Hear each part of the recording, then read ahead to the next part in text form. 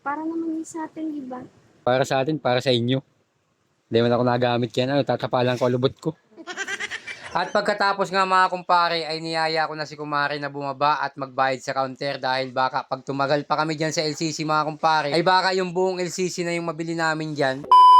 Yo, what's up mga kumpare? Magandang araw sa ating lahat. Another day, another vlog na naman tayo. Ngayon na naman lang ulit tayo nakapag-vlog mga kumpare dahil na-busy tayo ng kaunti. Kaya ilang araw din kaming walang upload ni kumare mga kumpare. Papunta nga pala kami ni kumare dyan sa sentro ng Daet kasi mamimili kami ng mga pangregalo para bukas sa Christmas party dito sa looban. Bago kami pumasok ng New One mga kumpare ay nag-withdraw muna ako dito sa SM Hypermarket. At si kumare nga ay nauna na doon sa loob. Natatakot daw kasi siyang tumawid mga kumpare kasi napaka-traffic naman talaga dito sa Daet ninyo. Kaya sabi ni kumare ay hihintayin niya na lang daw ako dito sa pintuan ng New One. Pagkapasok nga namin ni kumare dyan ay naghanap na kaagad kami ng pwedeng ipangregalo mga kumpare. Medyo natagal lang kami ni kumare sa loob kasi hindi namin pareho alam kung anong bibili namin na pwedeng pangregalo. At nang nakapili na si kumare ay agad na siyang nagbayad sa counter at ito na palabas na si kumare. Paglabas nga namin ng New One mga kumpare ay umuulan na naman. Lagi na lang umuulan dito sa Daet City namin. Buti pa dyan sa Manila ninyo mainit.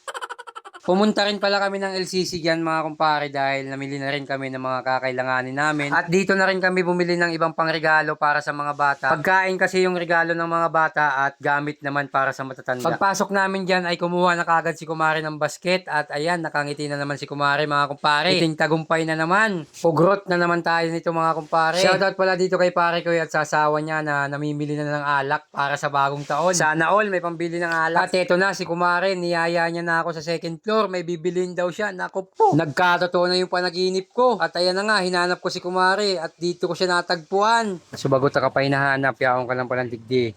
Si Bibi kasi, kay Bibi ini. Ano na naman yan? Sa kuya ini, di ka mag-alala sa kuya ini. Karin, ini sa imo niya yan, duwa. Oo, pati ini. Ining napkin sa imo yan. Ini sa kuya. Iyo. Hindi man ako nanapkin tapos Sa imo yan papanap. napkin. Charge yan sa'yo napkin. Matibay talaga. Kaya ang hidap kay bahan ni kumare sa grocery ay kahit wala sa budget, binibili ni kumare. Para naman yun sa atin, di ba? Para sa atin, para sa inyo. Hindi man ako nagamit yan. Ano, tatapalan ko ang lubot ko.